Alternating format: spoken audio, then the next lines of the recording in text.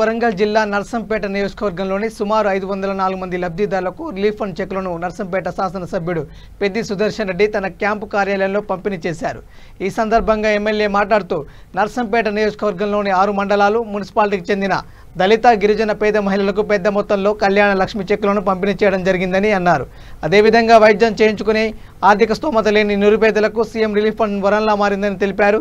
ఈ కార్యక్రమంలో నర్సంపేట ఆర్డీఓ, 6 మండలాల ఎంఆర్ఓలు, ZP vice chairman, municipal chairperson, vice chairman, MPP, vice MPP, ZPTC, మండల పార్టీ అధ్యక్షులు, ఎంపీటీసీలు, కౌన్సిలర్లు, సర్పంచులు, ఇతర ప్రజాప్రతినిధులు తదితరులు పాల్గొన్నారు.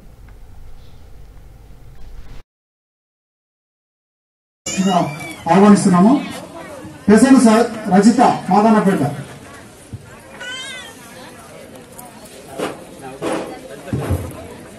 అంటే ఊరికి ఒకటి 2 అట్లా ఇస్తున్నాము ప్రెసెంట్ గా. సార్ మళ్ళీ తర్వాత సూచనలు చేస్తాము. నెక్స్ట్ ముత్తైపేట నుంచి తాటిపాముల రమ ఆరయ్య గారు మరి సిస్టమ్ పెట్టండి.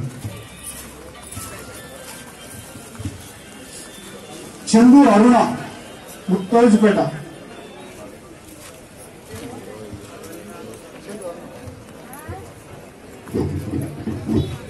నర్సంపేట పట్టణం నుంచి అండి.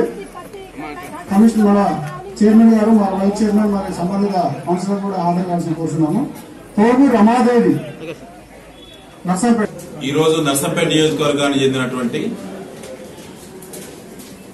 కళ్యాణ లక్ష్మి షాదీ ముబారక్ లబ్ధిదారులు 504 మందికి, అందులో బలైన వర్గాలకు చెందిన 328 మంది లబ్ధిదారులకి, దళితులకు చెందిన 67 మంది లబ్ధిదారులకి, షెడ్యూల్డ్ ట్రైబ్స్ చెందినటువంటి 109 మంది లబ్ధిదారులకి, మొత్తం 504 మందికి కళ్యాణ లక్ష్మి షాదీ ముబారక్ సంబంధించినటువంటి చెక్కుల పంపిణీ చేయడం జరిగింది.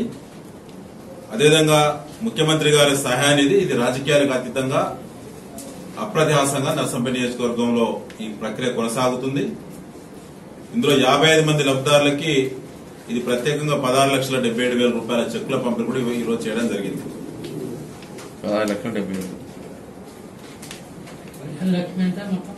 504 మంది, 1,00,000 రూపాయలు, 1,16,000. ఈ సందర్భంగా లబ్ధిదారులకి శుభాకాంక్షలు.